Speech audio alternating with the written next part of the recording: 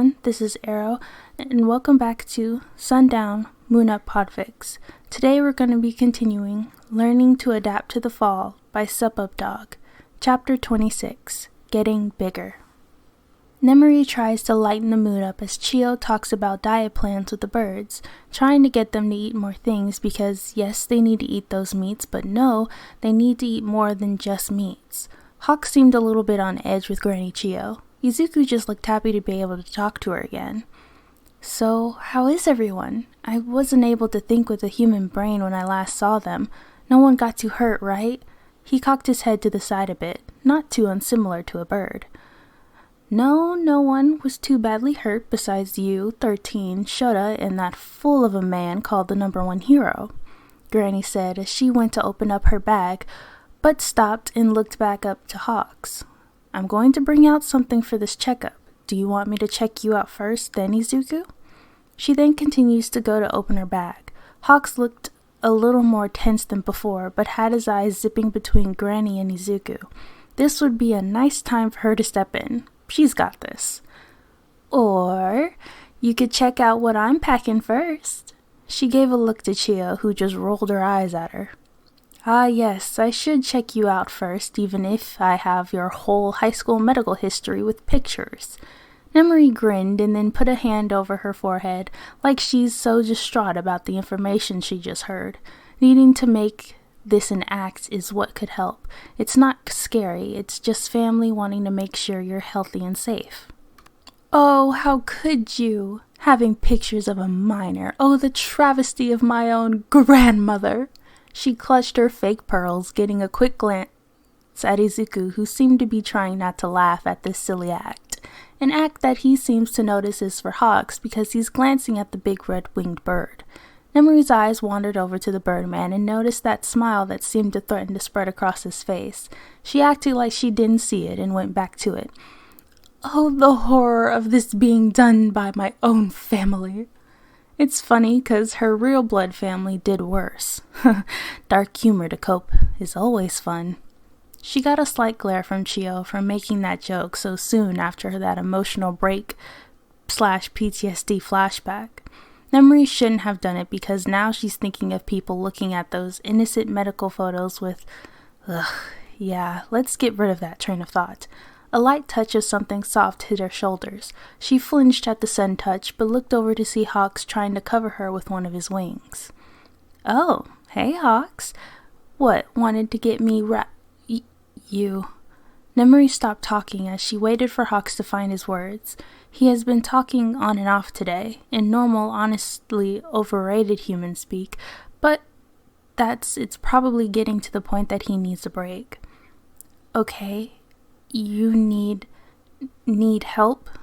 She blinked a few times and tilted her head a little bit, trying to show more emotions through her body language because words could still be hard. What do you mean? I don't need any help. I'm perfectly safe. She looked as Hawks ruffled his feathers in most likely irritation because of his words being lost in a weird translation that he has to do. A squeak tough was all he did as he looked over to Izuku, probably for some type of help. Nemuri watched as they both seemed to have some type of conversation in tweets and whistles. She looked over at Granny Chio, looking for possible answers, but gets none because she also looks confused. Well, she's confused, but was still pulling out the things she needed to do the checkup.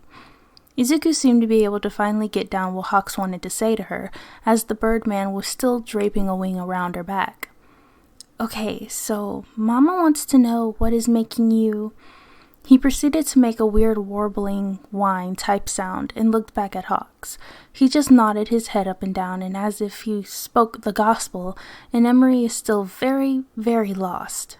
Izuku sighed and then brought his hand down his face. Okay, that translates badly, so I thought it was going to be easier to just make the sound for you to understand. Well, he at least tried, but she has no idea what that sound could be used for, besides sounding sad and hurt. The small kid, way too small still, so they will probably need to up the ante on what food he needs. Maybe his metabolism is bouncing back to what it was when he was younger. Izuku breathes in and holds it for a second before letting it go. It's close to tense or like a bad feeling that makes one nervous. No, more like scared. A feeling that makes one scared for either themselves or others around them. He looked back up to her when he was done explaining, like she would know the answer. She didn't know, so she just shrugged her shoulders. Hawks seemed to finally catch up to what Izuku was saying and nodded his head rapidly to what Izuku said. So, it's right? Cool. I did that right.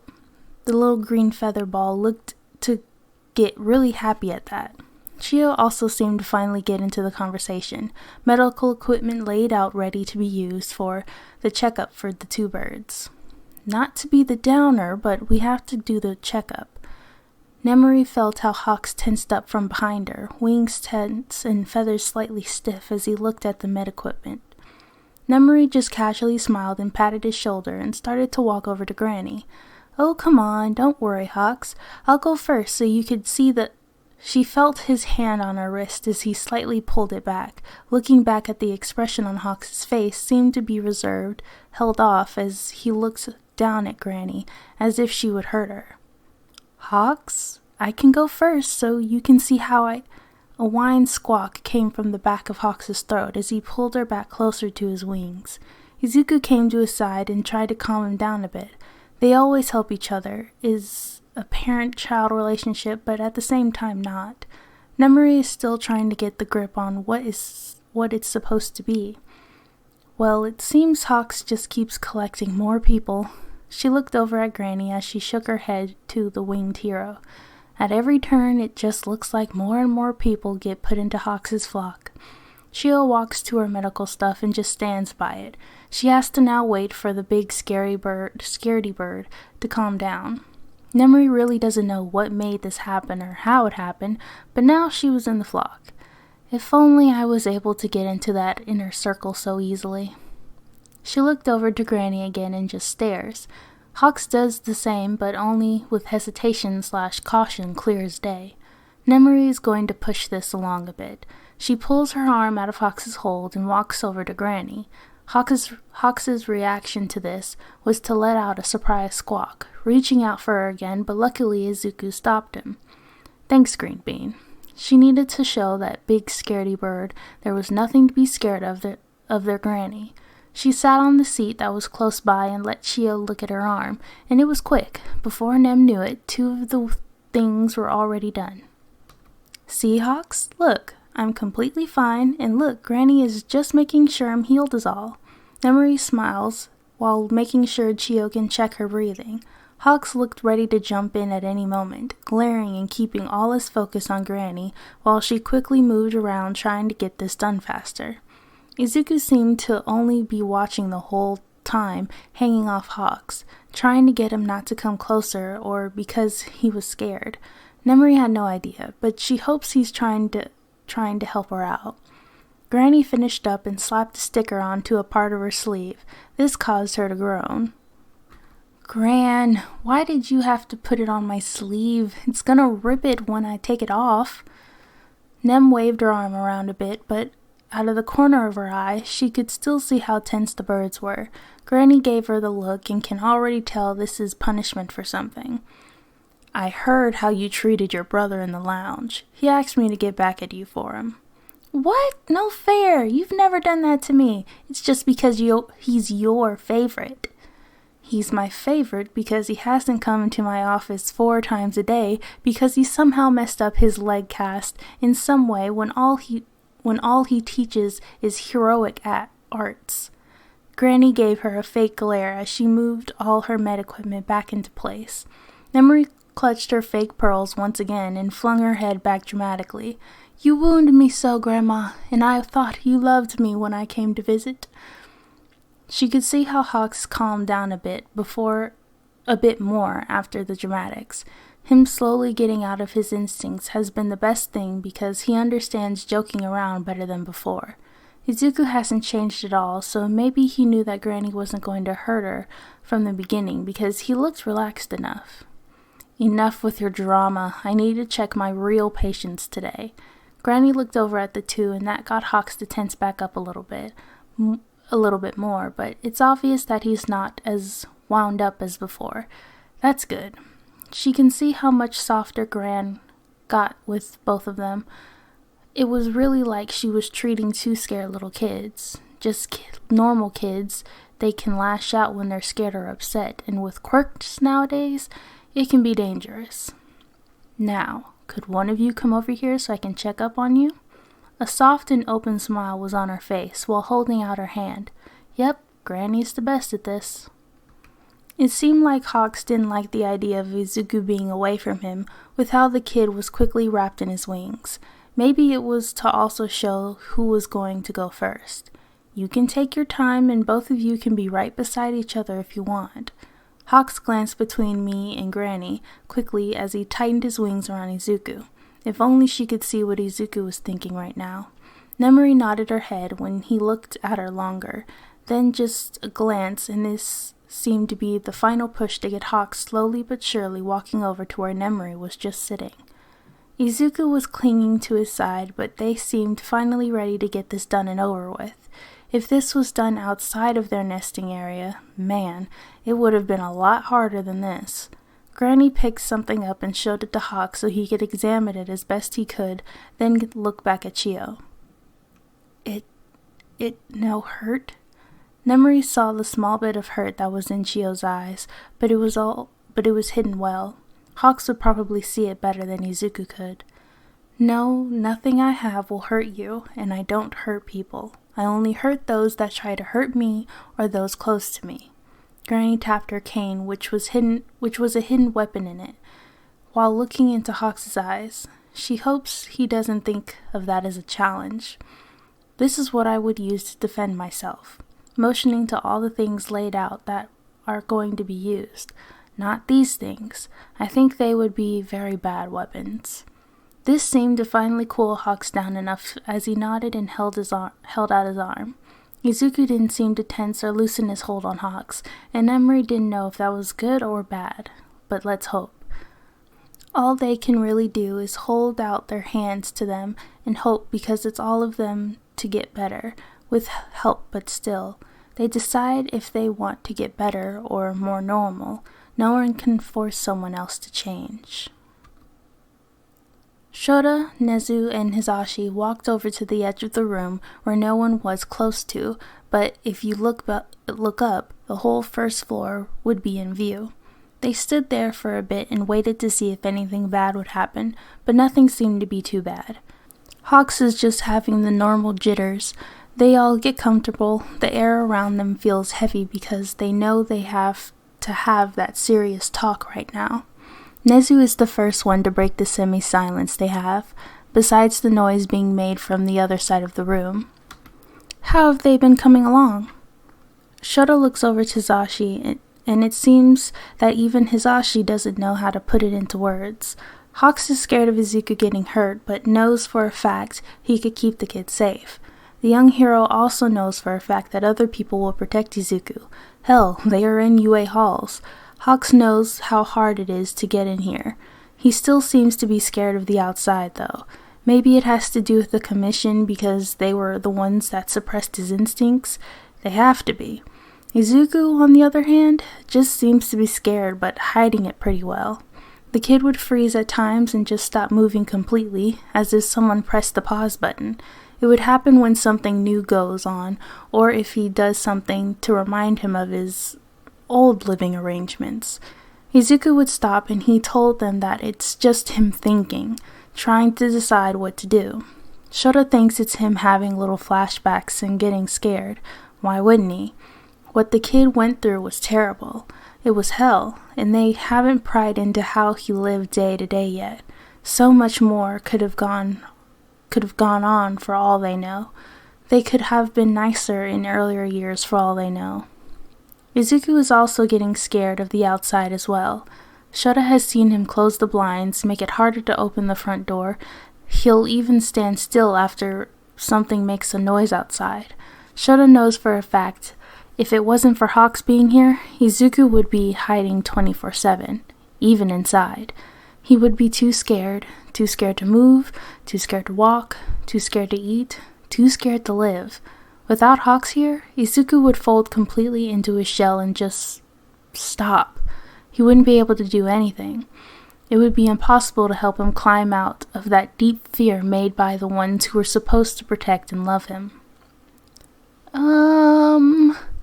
Hisashi scratches the back of his head as he looks over to Nemi, trying to talk to Hawks. They seem to be very scared. Nezu tilted his head a bit, looking like he's still in his talking to grandpups mode. They are comfortable in here, but... Zashi looks away and scratches his head again, his nervous tic acting up more in the face of talking to Nezu. What Zash is trying to say is that they are trying to reconnect with life but are too scared to get hurt again. They have already made giant steps to get better, but every step is shaky, wary of their surroundings and people, lastly scared of the outside world. Shota tried to give the best information he could to help Nezu understand the situation in a more emotional strain. The animal-turned-wisest creature of the world can understand the want and need to protect himself after escaping a cage. Nezu would personally understand that more than the others could imagine, but he got over it. Nezu used his smarts to work out when not to be afraid, and after being in a safe space like this, he would have understood that no one could hurt him from here. He wouldn't understand the lingering fear as much. Yes, he has it from time to time, but not like this. They are scared they're going to be hurt again, but they don't know from where, so they just label everything as dangerous. But they know for a fact that we would protect them the best that we can, so they are more... He's stuck a bit on the right words, but Zashi comes in with the save. Relaxed than what they would be without us. I think if the flock gets bigger, they might just be able to act more human than they are now. Nezu hums as he holds his chin, eyes darting over to the group on the other side of the room, in case they would need to intervene. Shota knows for a fact they wouldn't need to, but it's the thought that counts, and the fact that Dad can't predict them as well as us. That would line up with my readings better than my own thought process. It's always so hard to find the right outcome because it's so close to my own, but... Nezu looks full over to where the others are, and he decides to look over too. Nem had her arm held by Hawks, while it looked like Izuku didn't know what to do. Granny looked a little upset, but has dealt with worse, and Nem herself seems confused at best, and downright lost for what's happening at worst. But it's also so different and hard, confusing, confounding things that their minds are getting them to do, when all the smoke has already settled. Shota looked into those black beady eyes that hold care for so many. Just the one who has those eyes doesn't know how to show it right. They act like someone will just hit them for breathing wrong, and all it does is hurt to watch for too long. He nodded as he felt Zash lay his head onto his shoulder. An arm wraps around him while they stood in silence. Well, as silent as one can be with those loud ones on the other side of the room. It was a depressed type of relaxing that Shota has done many times in his life. The want to do something but being unable to do it or fix the problem. Sporadic movement from Hisashi almost made him topple over as his blonde seemed to finally think of something. A light smile spread on his face. Hisashi was always so smart with people's emotions, and that didn't even bring up his degree in teaching, quirk theory and quirk counseling, and a minor in support design, just so he could understand his own gear better. "We can get them guards!" Shota snorted at the thought of his smart husband went away for a second, but was quickly brought back by the next words out of the blonde's mouth. No, robo-guards. Nezu tilted his head ever so slightly, and Shota swears he's about to laugh out loud, with barely any context to Hisashi's thought process. Sho, no laughing yet, okay? He could see the crazed look in his eyes that screamed smarts, but it's hard to see it from where he's been slightly squeezed while standing by the now rambling man. So, Little Feather and Little Wing are going to be nervous and scared with anyone that might need to watch them, or, just to give them a little bit more oomph to feel safe, stronger. We know for a fact they trust us. They love us like family and would put their life on the line to show that, but that doesn't mean we could be by their side 24/7. You know this. I know this. Hell, even with Ecto on staff, we couldn't be able to accomplish that. End of it. Zashi started to move his hands around, wildly signing all that he was saying to no one in particular, as he just wanted to get his point across better. We are not the only ones who know this. It's very easy to come to that fact. They both know at one point in the future, closer or farther away, we aren't going to be able to get to them. That's just how life is. We can't always keep them safe no matter how much we want to. But wait, there's more. He snorted again, as it seemed like Zashi is doing more of a sales pitch with every sentence that leaves his mouth. We don't personally need to be by their side 24/7. We don't have the time, but something that was made to have the time could work. We are U-fucking-A. We have kids fully fighting robots designed to grade their merit every goddamn painstakingly slow year. They are coded to see how they fight and act accordingly to that, and that's not even bringing up the 0-pointer. That huge thing of metal is made to make sure if someone falls, they can't escape. It'll make a big open area under its foot so that the participant doesn't get hurt. And then the big lug will just walk away like nothing happened. It's to show how if you're not fast enough, a life can be lost, but we can make bots with millions of different coding. Dad, you're Nezu. Fucking Nezu. That got a loud laugh from a whip-winding Manic from the other side of the room, and also himself. Hisashi pointed at both him and Nemi. Not like that. No self-stuff is needed in this child-friendly birdhouse. Thank you very much. Well, there are some who think that Nezu and Nezu are two different beings because of how much I know and how quickly I can travel to different places with ease. Hisashi held out a hand to Nezu's face.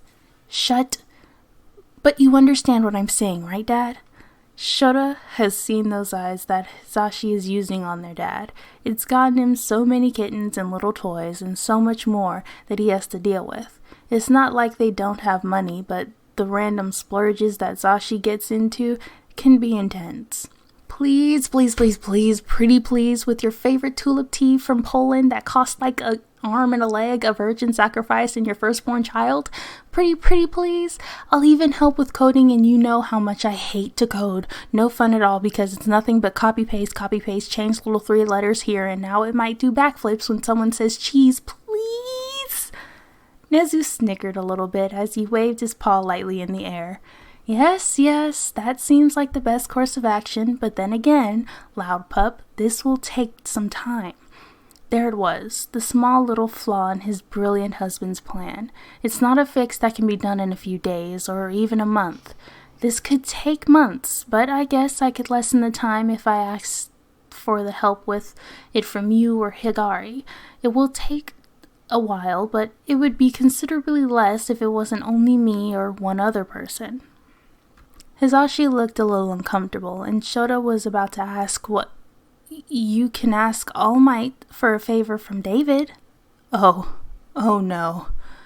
David asking that buffoon that forced his way into my territory because of my pup's health that was on the line if I didn't. It was a little hard to hear, but Shota actually heard that, right? They were told the commission bothered him to let All Might in to teach the new generation because they are always bending backwards for the top 10. He looks over to Hawks. Take that back. Not every top 10. More like top 2, it seems. Nezu took a deep breath as both him and Hisashi had a look of bewilderment on their faces. How in the world were they supposed to take that? Dad? Did you just... No, it's fine. Act like you didn't hear that. What I told you about how All Might got into this school is right, but I just didn't give you all the details. Nezu's eyes almost darted over to the group on the other side of the room, who seemed to be finally okay with each other's presence. Shota tensed a bit, and he also felt Zashi do so too, because that means All Might is too close to someone that needs to be protected. Why did he threaten Izuku's health to get in here? Was he going to hurt the kid just to get the fuck in? At this point, did everyone in Izuku's life hurt him to get what they wanted out of the poor kid? I said forget what you heard, pups. Here was the face of someone he knew all too well. Nezu getting angry at someone stepping out of line. Nezu getting angry for someone hurting his pack. Not Nezu the dad, but Nezu the hero. I have now made many, and I mean quite extensive, many different things to make sure he stays in his place. If he so much as steps a toe out of line, it's his end if I have any say in it, and I do have more say than All Might will ever know about. A glint in Nezu's eyes made it clear that it was the end of the conversation. They need not push. Their dad knows so many things, and only so little of those things can be told to everyone for their safety. He will tell them if it gets too out of paw for him, but for now it seems everything is fine. Well, that's besides all the stress and everything that's just so happened to pile on him at once. Once Nezu took a deep breath and calmed down a bit more, they went on to how the robots should be designed. Nezu personally thought they should have made the robots more animal in appearance, a way for the two birds to de-stress from the more human side of their life. Hisashi said that they should have a mix of human and animal so they feel more comfortable in their own skin. Shota understood that standpoint, but he agreed with Nezu that it should be more of an animal the first time around. They were already deciding that they would probably need many iterations or just a few of them for the boys because it would help them feel more safe. It was also for if one of the bots failed at getting to them fast enough, another might get there faster. Besides the fact that Izuku and Hawks won't be beside each other 24/7. In the middle of discussing what the animals should be for the first iteration, a loud, ear-piercing squawk was heard. This got all of them running to the group on the other side of the room as fast as they could. Nemi seemed to be trying to calm down the big ball of red feathers, and the scary part in this was that Izuku wasn't the one in the middle of it. They all could clearly see Izuku was also trying to help Hawks, but once they were close enough, all three of them calmed down. "It's okay, Hawks. You didn't mean to do that, and Granny's okay." "Mama, Granny's fine. You don't need to hug her like that." Sorry, me no hurt." They got closer to the ball of red, and Nemi and Izuku tried their best to get Hawks to calm down more. "Me no want to hurt. No hurt, flock. Flanny flock. Me sorry. Dad looked over the group and didn't seem that on edge as he went over to Nemuri. "Sleepy pup dear, can you tell me what happened and why I can smell a faint scent of blood coming from Hawks and who I'm guessing is Chio?" Nemi looked at him with a calm face and a slight smirk. "Well, the best I can say is that Hawks got a bit too scared and reacted, but the thing is now me and Gran here are flocks, so... Sorry. No hurt, flock. No hurt. Sorry. The one that got grazed by a hardened feather just so happened to be Chio, who can't heal herself, so we can't exactly say that it's all okay because I can just heal it away. Thing that she can do with the rest of us." Shota looked at the ball of crimson feathers and could see a hand on Hawks' back. Chio was still comforting him when she got a little scratched up, but like Granny always does, "Mama need rest, need break. Too much, break, tired, many humans, too much." Izuku looked downright exhausted. He had been talking all day and being more human than normal so he could be a part of it. They were close to the nest, so really all of them just needed to get Hawks to move into the nest a little bit of ways. "Hawks? Problem bird?" He got a sad chirp in response, but ignored it for now. Izuku was slightly tugging on Hawks' arm while he talked to him. "Let's get Granny to rest in big safe nest." Hawks stepped his fingers through the forcibly soft feathers because the kid probably didn't want to hurt anyone with them again. "That's right, little feather. big, safe, warm nest with new flock members. No bad in nest? A sad smile played on his face while Hisashi just tried his best not to scold Hawks and calling himself bad. No, baby, you're allowed in the nest. You aren't bad, but if you're trying to say no bad things happen in the nest, then yes. It seemed like this finally caused the young hero to look up and around him, Shio's hair bun sticking out through the now open space. You're allowed in the nest, Chicklet. Tears strained his face, and they all slowly moved into the nest.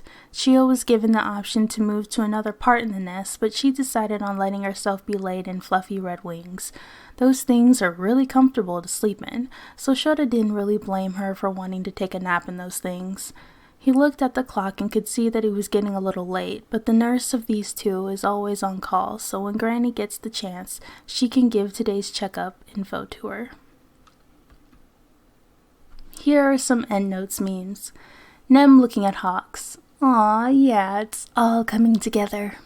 Nezu looking at Izu. I honestly have no clue with you. Hawks. You become flock, all of us of UA is becoming flock. Izu. Just because they are part of your flock don't mean it's mine. Hawks. No, baby, no. AS needs so much love and big strong flock. Chio. I'm just here for the checkup. Hawks. Bad. Chio. Not too different from children. Hawks cuts her by accident. No! Chio. Oh, okay, I'm cool with this. Nezu. How do we fix this? Zawa. I'm still thinking. Zashi. Robots! Zawa. I'm not putting them through the entrance exam again. Nezu. This is quite counterproductive. Zashi. No, robots that act human and animal. Nezu and Zawa. Well, wait, that could work. Alright everyone, that is the end for chapter 26 of Learning to Adapt to the Fall. Thank you so much for listening, and I'll hopefully see you all soon. Bye!